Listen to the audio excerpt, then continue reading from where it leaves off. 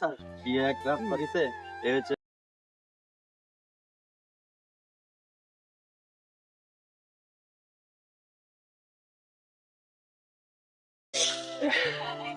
এই যে ময়লা পানি, এই ময়লা পানি থেকেই তো মশার উৎপত্তি। আসসালামু আলাইকুম। ওয়ালাইকুম কাকু। ওয়ালাইকুম আসসালাম। এলাকায় নতুন কইতে আইছেন আপনারা? আসলে আঙ্কেল আমরা তো ঢাকা থেকে আসছি, আপনাদের এলাকায় নাকি অনেকগুলা মানুষ মারা গেছে এই এডিস মশার কারণে।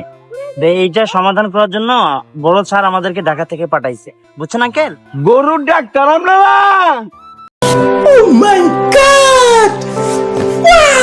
গরুর ডাক্তার না, আমরা হচ্ছে মানুষের ডাক্তার, এবং মশা যে প্রতিরোধ করে মশার জন্য আসছি আমরা, এডিস মশা।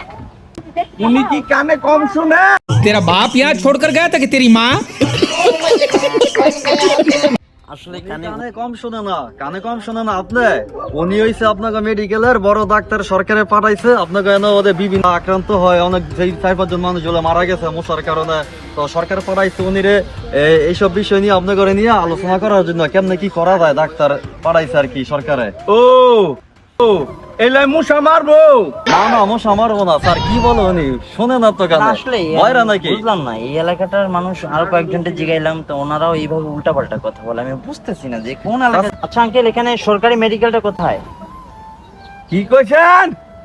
সরকারি মেডিকেল কলেজ?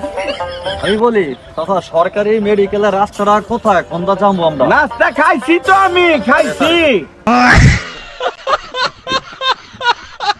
কোন জায়গায় নিয়ে আসলেন আমার? আসলে আঙ্কেল আমি বলতেছি যে আপনাদের যেখানে সরকারি একটা হসপিটাল আছে, ওই হসপিটালটা কোদিক যেতে হয়?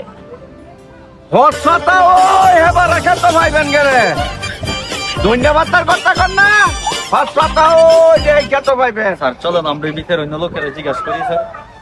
আমি তোমার কথা বুঝি, আমি তোমার বুঝাইও দিছি, আর কোটাই জিগাইও না, যাও। আচ্ছা আঙ্কেল, ঠিক আছে, আমরা আমরাও আপনার কথা বুঝছি, খুব সুন্দর ঠিক আছে। করে বুঝছি আঙ্কেল।